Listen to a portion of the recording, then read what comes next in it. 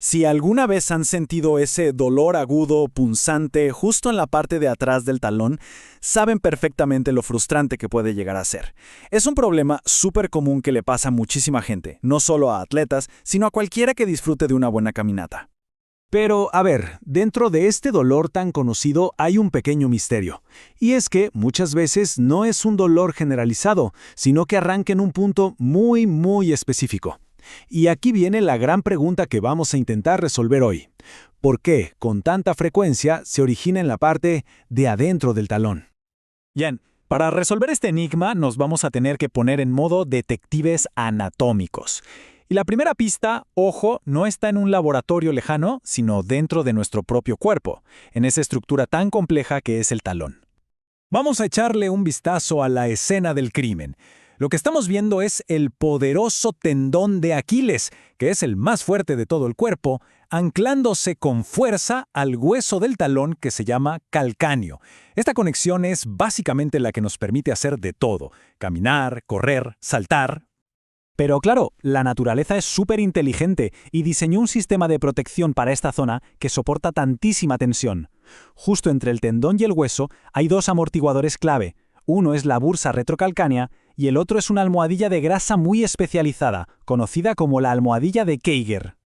Miren, una forma muy fácil de entender cómo funcionan es imaginarse que la bursa es como una almohadilla de gel que reduce la fricción y que la almohadilla de grasa es como una especie de plástico de burbujas biológico que va absorbiendo el impacto cada vez que damos un paso.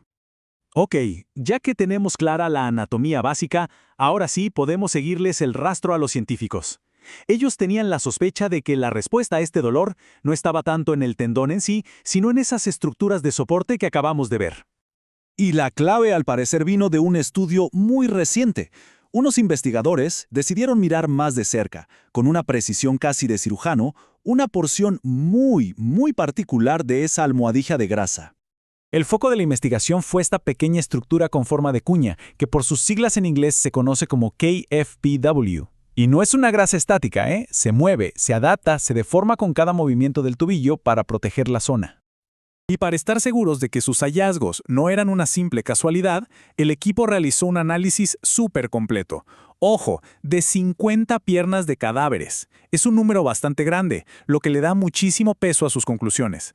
Entonces, la pregunta del millón es: ¿qué secretos reveló esta diminuta pieza de nuestra anatomía cuando la pusieron bajo el microscopio? Pues lo que encontraron fue una variación que nadie se esperaba y que de hecho cambiaría la forma en que entendemos este problema. Y aquí es justo donde la historia se pone interesante. La investigación demostró que esta cuña de grasa no era igual en todo el mundo. Resulta que no todos estamos construidos de la misma manera en ese pequeño rincón del talón. Lo que los investigadores descubrieron fue que la naturaleza, no usa un solo molde, no. Identificaron dos diseños anatómicos distintos para esta almohadilla de grasa, o sea, dos formas diferentes de construir la misma estructura de protección. Estas imágenes de la disección lo muestran perfectamente. A ver, en algunos casos, la cuña de grasa era una sola pieza, continua. La llamaron monolobulada.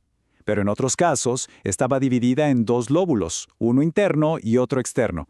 Y a esa la llamaron bilobulada. Y lo más curioso es que la distribución era perfecta, 50-50. La mitad de las muestras tenían el tipo de una sola pieza y la otra mitad exactamente tenía el tipo dividido. Pero, ojo, saber que había dos tipos no resolvía el misterio. Era solo una pista más. La verdadera revelación, el momento ¡ajá!, llegó cuando los investigadores encontraron un patrón oculto que se repetía siempre, sin importar si la almohadilla tenía uno o dos lóbulos. Y aquí viene el gran descubrimiento. Daba igual si la persona tenía una o dos piezas de grasa. En todos, absolutamente todos los casos, encontraron un desequilibrio anatómico fundamental. Este gráfico es súper claro, no deja lugar a dudas. Fíjense en la barra de la derecha. La parte lateral, o sea, la de afuera, de la almohadilla de grasa era siempre más gruesa, más robusta. Y ahora compárenla con la de la izquierda. La parte medial, la de adentro, era bastante más delgadita. De hecho, las propias palabras del estudio lo reafirman de manera contundente.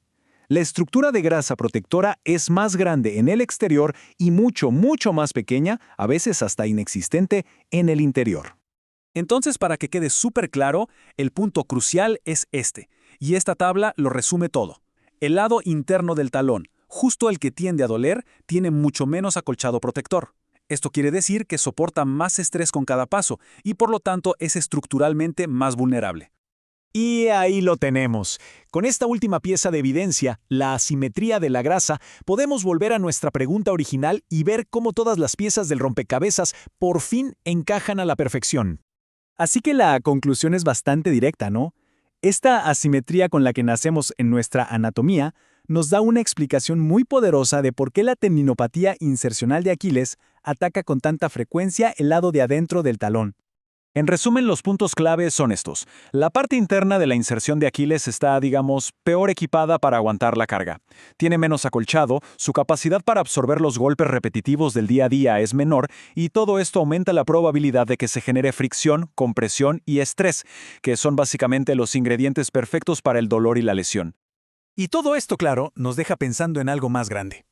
Si una pequeña asimetría en la grasa del talón puede explicar un patrón de dolor tan común, ¿qué otras variaciones anatómicas que ni conocemos podrían estar detrás de otros dolores y molestias que a veces consideramos normales? Quizás nuestra biología única tenga muchas más respuestas de las que nos imaginamos.